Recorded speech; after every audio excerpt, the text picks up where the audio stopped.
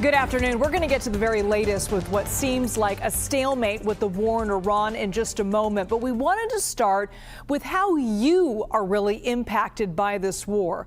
Oil surged overnight to $126 a barrel before eventually falling. AAA says gas prices jumped to an average of $4.30 a gallon, the highest since 2022.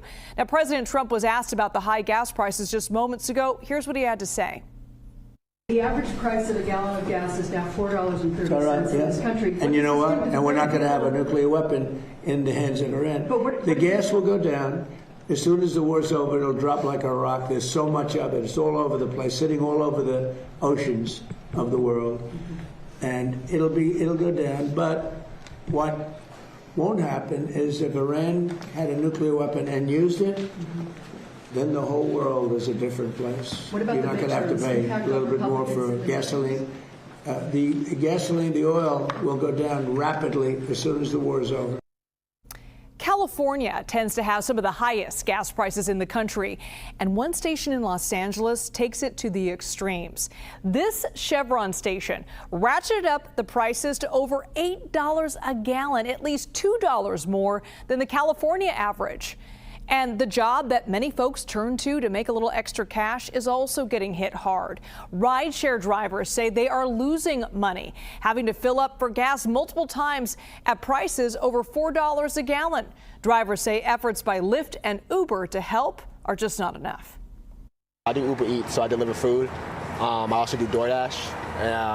So it definitely sucks because I'm not making as much money doing this anymore because most of the money goes to gas. I would say about $20 a day. Add that on to possibly 1 to 2 fill-ups a day. So that's $40 a day.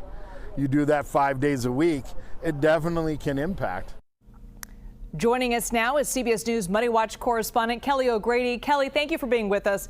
Help us make sense of all of this. Americans are really feeling it at the pump.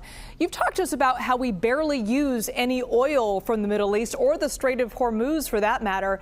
Help our audience understand why gas prices here are so high and how gas is priced here in the U.S.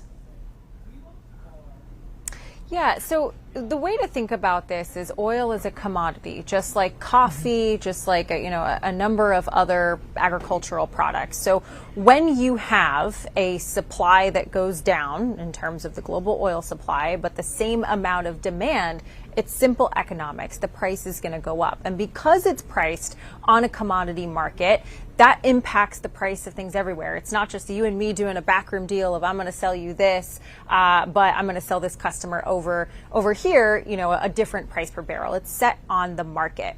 Now, the question about why do we feel an impact when we don't actually get any of the oil or, a ton of oil from the Middle East. So we produce light sweet crude here. That's what comes from fracking, and we actually sell a lot of that.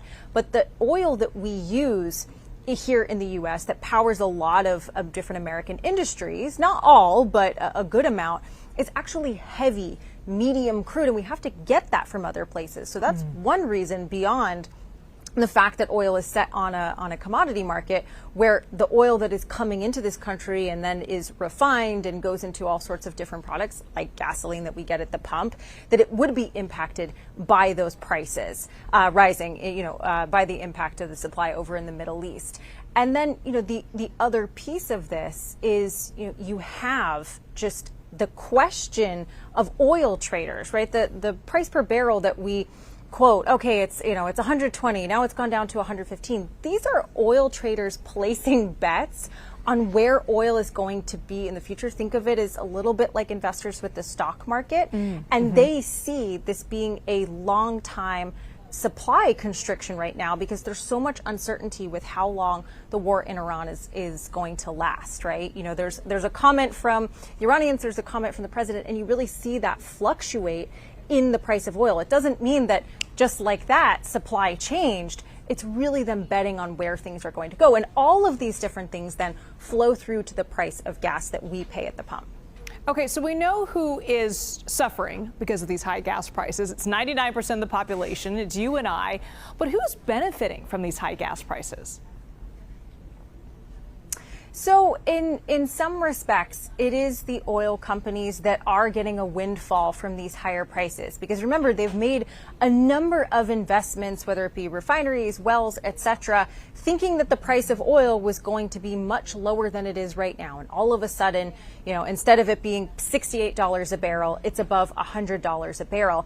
But I do want to emphasize that having oil prices so elevated for a sustained period of time is actually tough for oil companies. The sweet spot is $70 to $80 a barrel because consumers still can stomach what that translates to at the pump, but they don't pull back. And it's still a range where oil companies have to invest billions of dollars, and it takes years sometimes to get these oil fields, these refineries to production. They're going to be able to recoup that. When you have oil above $100 for quite some time, you and I are going to pull back, right? We're not going to take that vacation. We're not going to buy that flight. We're not going to, take the road trip. And so that is where oil companies are in a really tough situation where they're getting this immediate windfall, but they're not sure what to do in the future because just like you and me, they don't know how long this war in Iran is going to last. And they're making long-term investment decisions, not something that can be pulled back within 6 months. Right. And speaking of that, Kelly, what's happening with the U.S. Strategic Reserve? The U.S. says they're releasing barrels, but it doesn't seem to be making a dent in the problem yet. Does it take a while for you to see the impacts? It does. So when you release, 10, 50, 100 million, however many, it's a slow trickle. So it really actually comes over a couple of months. And with the amount of oil barrels per day that is just not moving through the Strait of Hormuz, it doesn't really make a dent in terms of what you see. Kelly O'Grady, thanks so much. Great to see you. And a reminder, the CBS News data team tracking the Iran's war impact on your wallet. Gas prices, oil prices, and other energy costs, their main focus. Just go to cbsnews.com/gas prices for the context.